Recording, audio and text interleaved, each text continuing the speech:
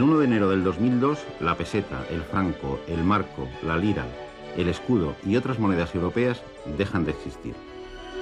Los principales países europeos disponen de una nueva moneda común a todos ellos, el euro. El valor oficial de un euro en pesetas, fijado en 1998, es de 166,386 pesetas. Además de poder pagar con la misma moneda en toda Europa, el euro vuelve a traer al primer plano colectivo algo que casi teníamos olvidado en nuestro quehacer diario, al menos desde el punto de vista de la economía, los números decimales. Nos llevará tiempo acostumbrarnos a ellos, pero al final lo conseguiremos. Y no será la primera gran batalla de estos números a lo largo de la historia. Será la segunda y no la más terrible. Muchos de ustedes pensarán quizá que estos números han sido la herramienta natural para expresar cantidades no enteras, es decir, cantidades que contienen partes de la unidad. Nada más lejos de la realidad. Colón no los utilizó en sus cálculos de navegación. Y Luca Pacioli escribe en 1509 La Divina Proporción, un precioso tratado sobre el número áureo, un número irracional con infinitas cifras decimales, sin utilizar ni una sola vez expresiones decimales. Sencillamente, estos números aún estaban llamando a la puerta de la historia, al menos en Europa. Su nacimiento tiene mucho que ver con el invento de las 9 cifras y del cero en la India, allá por el siglo V o VI, de las que el obispo Severo Sekbuk ya nos habla en el año 662. Estos números son la base de nuestro sistema de numeración actual, el lenguaje más universal que existe en la actualidad. La aceptación universal de este sistema se debe al hecho de que con solo 10 símbolos, los mismos en todas las lenguas, podemos expresar cualquier número por muy grande que sea. Su gran ventaja es su carácter posicional. Una misma cifra representa distintos valores según el lugar que ocupe. En el número 7342, la cifra 7 representa 7000, el 3, 300, el 4, 40 y el 2, 2 unidades. Y podemos expresar números tan grandes como queramos: 2.345.605, 450.587.986.023, aunque cuando nos enfrentamos con números realmente grandes resulta mucho más cómodo utilizar otra notación, la notación científica. La distancia media de la Tierra al Sol es de 150 millones de kilómetros, escrita en cifras 1, 5, 0, 0, 0, 0, 0, 0, 0 kilómetros. La de Saturno es 1.427.160.000 kilómetros. Casi nada comparado con la distancia de nuestro planeta a Sirio, la estrella más brillante que vemos en el cielo.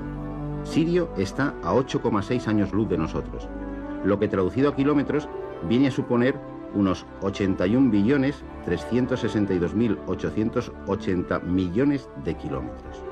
Más de 81 billones de kilómetros. Pero nos resulta más sencillo utilizar una ligera mejora de nuestro sistema de numeración, empleando directamente las potencias de 10. Veamos cómo. En nuestro casillero numérico, el número 7000 lo escribimos así, y representa 7 veces 1000. 1000 es la casilla de las unidades de tercer orden, y realmente 1000 vale lo mismo que 10 elevado a 3. Es decir, podemos escribir 7000 de esta forma: 7 por 10 elevado a 3. 80.000 se escribe con un 8 en la casilla de unidades de cuarto orden. Representa 8 veces 10.000, es decir, 8 por 10 elevado a 4. Con esta técnica, el número 87.000 lo podemos escribir como 8,7 por 10 elevado a 4. Y la distancia a Sirio sería, con esta notación, 8,136288 por 10 elevado a 13 kilómetros. Con esta notación, 25 billones lo podemos expresar sin necesidad de escribir 12 ceros, de esta forma: 25 por 10 elevado a 12. Decididamente un buen ahorro de esfuerzo. Con el nacimiento del Islam y su expansión hacia el este, los sabios árabes entran en contacto con las cifras indias. A pesar de sus innegables ventajas, la larga marcha de este sistema de numeración para llegar desde la India hasta Europa necesitó casi 1000 años. Un viaje largo y cargado de aventuras.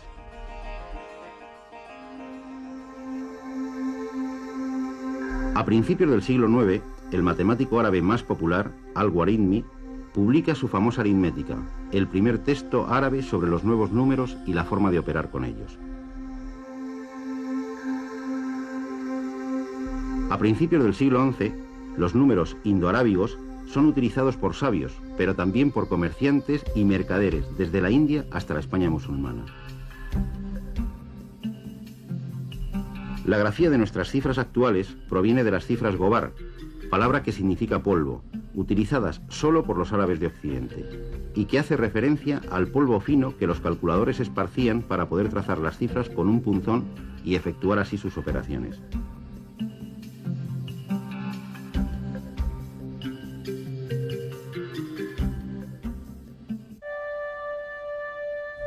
La introducción de estos números en la Europa cristiana se va a producir por dos vías, España y Sicilia. Los números arábigos llaman por primera vez a la puerta de Europa medieval en el año 1202, a través del famoso libro Liber Abaci, de Leonardo de Pisa, más conocido como Fibonacci. Fibonacci era hijo de un comerciante de la República de Pisa, afincado en el norte de África. Aprovechó sus viajes comerciales por todo el Mediterráneo, Egipto, Siria, Sicilia, Grecia, para entablar contacto y discutir con los matemáticos más notables de la época. Pronto descubrió la importancia del nuevo sistema de numeración. En su obra nos dice: los 9 números indios son 9, 8, 7, 6, 5, 4, 3, 2 y 1. Con estos 9 y el signo 0, que en árabe se llama sifr, se puede escribir el número que se desee.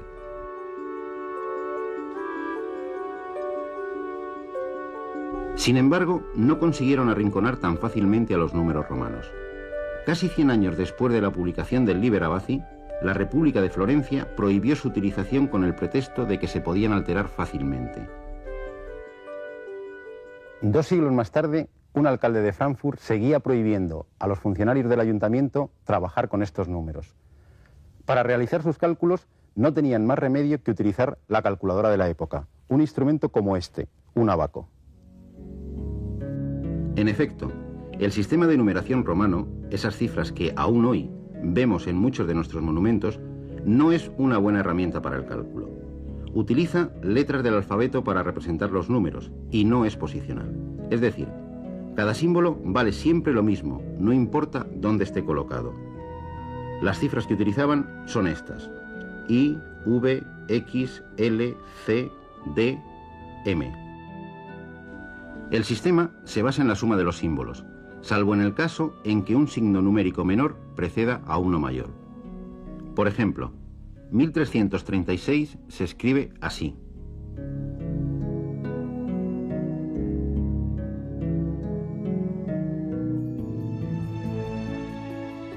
Pero 2894 se escribiría de esta forma. El bloque XC representa 90, es decir, 100 menos 10.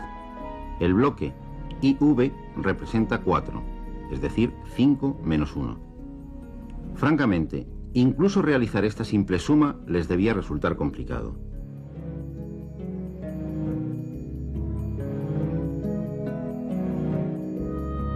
Con este sistema era casi imposible desarrollar algoritmos sencillos para realizar operaciones elementales como la multiplicación. En cambio, los matemáticos indios habían desarrollado ingeniosas técnicas para realizar productos de números grandes sin esfuerzos. El más popular llegó a nosotros con el nombre de celosía. Vamos a multiplicar 674 por 548. Construimos una cuadrícula o celosía y colocamos los dos números en sus lados. Trazamos las diagonales de cada celda y escribimos en cada mitad el resultado de multiplicar los números de la fila y la columna de la celda. Así, 6 por 5, 30, es decir, 3 arriba y 0 abajo. Pasamos a la siguiente celda. 7 por 5, 35. La siguiente. 5 por 4, igual a 20. Completamos así toda la cuadrícula.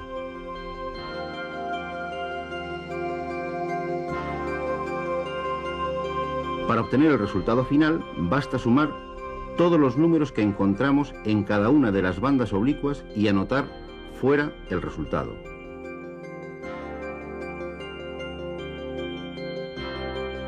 $369.352. Imagínense al pobre vaquista romano penando con las fichas de su ábaco hasta completar la operación.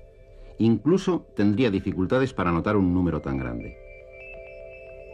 Para solventar en parte el problema de los números grandes, en la época imperial se introduce la barra horizontal sobre los signos para indicar que el número está multiplicado por 1000. Por ejemplo, V con barra sería igual a 5 por 1000, es decir, 5000. X, X y V con barra serían 24 por 1000, es decir, 24.000. Encerrando el número en un rectángulo sin base, representaban el número multiplicado por 100.000.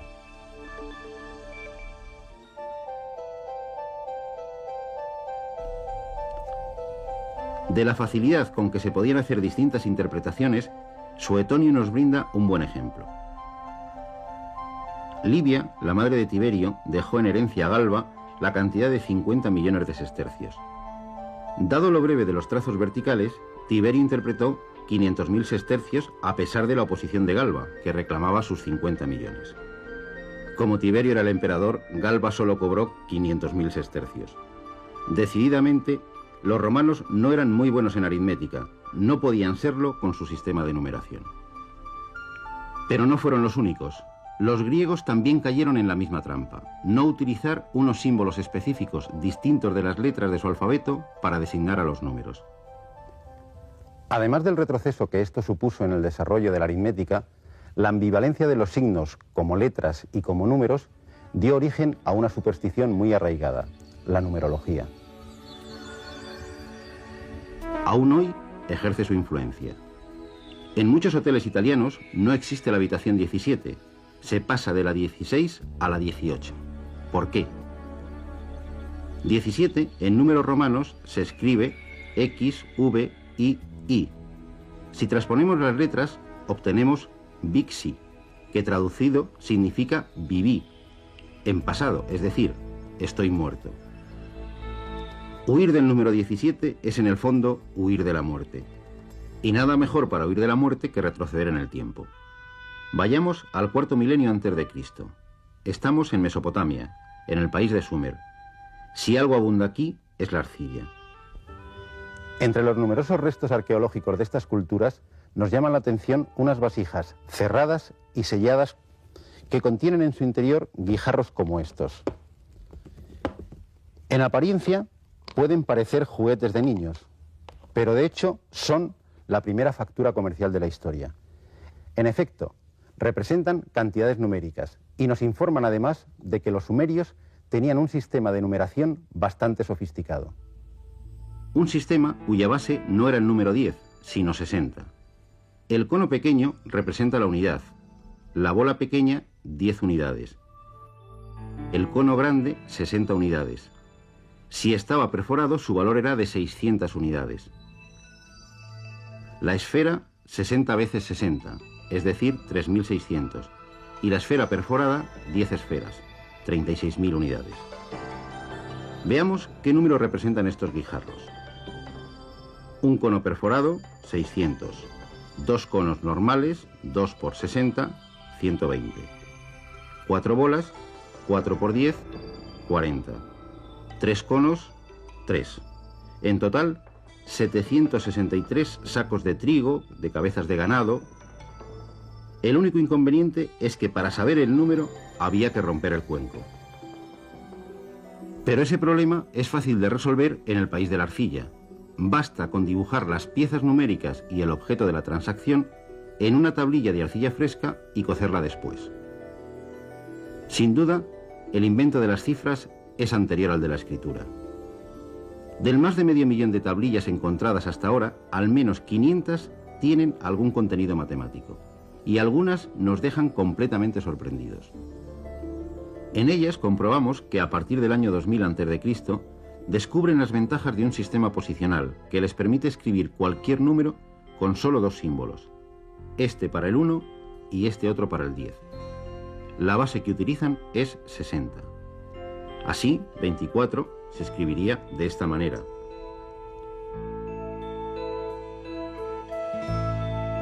«93» es 60 más 30 más 3. Se escribiría así. 4103 es 3600 más 480 más 20 más 3. Es decir, 60 al cuadrado más 8 por 60 más 2 por 10 más 3. Se escribiría de esta forma. También representaban fracciones de denominador 60 y sus equivalentes. Por ejemplo, 321 y 3 cuartos es igual a 5 por 60 más 21 más 45 partido por 60. Se escribiría de esta forma. El gran inconveniente era saber dónde empezaba la parte decimal, información que nos la daba el contexto de la situación.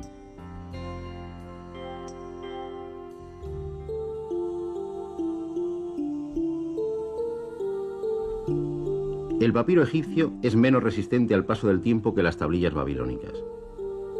Sin embargo, alguno ha llegado hasta nosotros.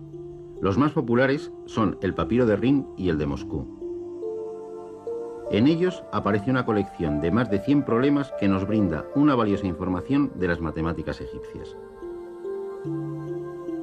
Su sistema de numeración era de base 10, como el nuestro. Los símbolos para representar las potencias de 10 eran estos. El número 235 se representaría así.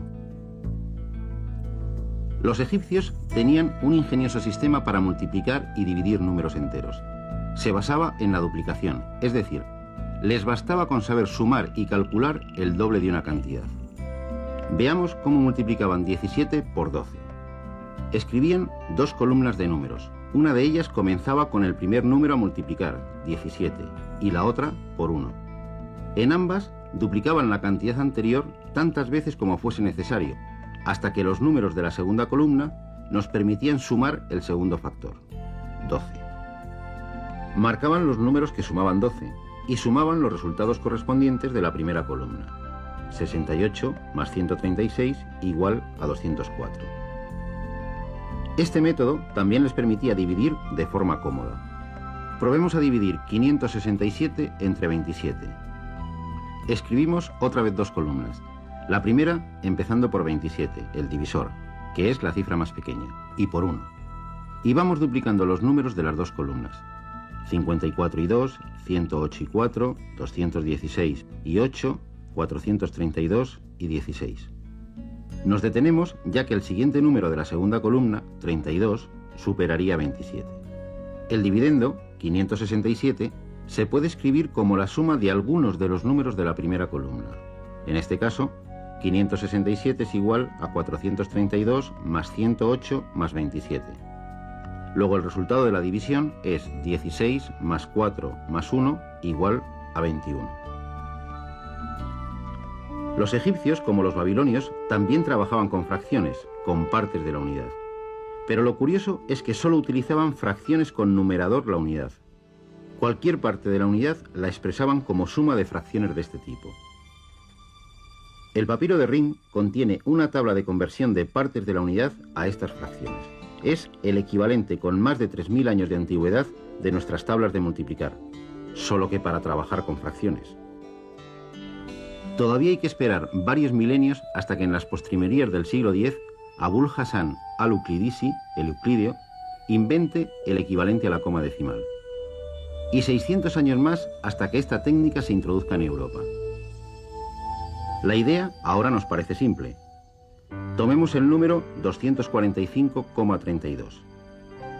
Igual que cada cifra entera representa distintos valores según su posición, 2 representa 2 por 100, es decir, 200 unidades, 4, 4 por 10, 40 unidades, 5, 5 unidades, podemos seguir de igual forma a la derecha de la coma, solo que ahora los lugares no van a representar potencias de 10, sino fracciones decimales. Un décimo, una centésima. Las cifras decimales 32 nos dicen que al número 245 hay que añadirle 3 por un décimo más 2 por una centésima. Es decir, 3 décimos y 2 centésimas partes de la unidad. El calculista egipcio hubiese tenido que utilizar las fracciones 1/4 más 1 partido por 20 más 1 partido por 50 para expresar nuestro simple 0,32. A finales del siglo XVI, el matemático holandés Simon Stevin dio a conocer en Europa occidental el denominado método turco de cálculo, que se utilizaba en Bizancio y que no es otro que nuestros números decimales. Aunque Stevin hubiese escrito 245,32 de esta otra forma: 245,032. Esto es una tabla de logaritmos neperianos. Llevan el nombre de su inventor, John Napier. Desde el siglo XVII hasta el invento de las calculadoras de bolsillo, los logaritmos han sido la principal herramienta de astrónomos y de navegantes. A los primeros les servía para fijar las posiciones de los astros en el cielo, y a los segundos, también mirando a los astros, para fijar la posición de los barcos y para marcar el rumbo correcto. Podemos afirmar sin ninguna duda que los logaritmos, como tantos otros descubrimientos matemáticos de los últimos 3 siglos, no existirían sin el invento simple y a la vez genial de los números decimales. Pero pensándolo bien, ¿es nuestro familiar sistema de numeración indoarábigo el mejor? ¿Nos durará otros tantos siglos? ¿O será barrido por uno nuevo? De hecho, esos mismos ordenadores que vemos en cualquier comercio o que utilizamos en casa no utilizan para calcular el sistema decimal. Tienen un sistema mucho más económico y que solo necesita 2 cifras para funcionar: el sistema binario. El mecanismo de un ordenador se basa en celdillas elementales de información, el bit. Cada celdilla solo admite 2 estados: vacía, estado representado por el 0, o llena, representado por el 1. Pero un mecanismo tan simple nos permitirá poder almacenar cualquier número. Basta con expresarlo en base 2. El número 1, 0, 0, 1, 1, 0, 1, 1 realmente representa 1 por 2 elevado a 7, más 0 por 2 elevado a 6, más 0 por 2 elevado a 5, más 1 por 2 elevado a 4, más 1 por 2 elevado a 3, más 0 por 2 elevado a 2, más 1 por 2 elevado a 1, más 1. Es decir, igual a 155. Un sistema mucho más económico y accesible para las máquinas. Al fin y al cabo, un mecanismo de blanco o negro, de sí o no. Aunque sin duda nuestras viejas y entrañables 9 cifras más el 0, con todos sus matices de grises, seguirán haciéndonos compañía durante muchos años todavía.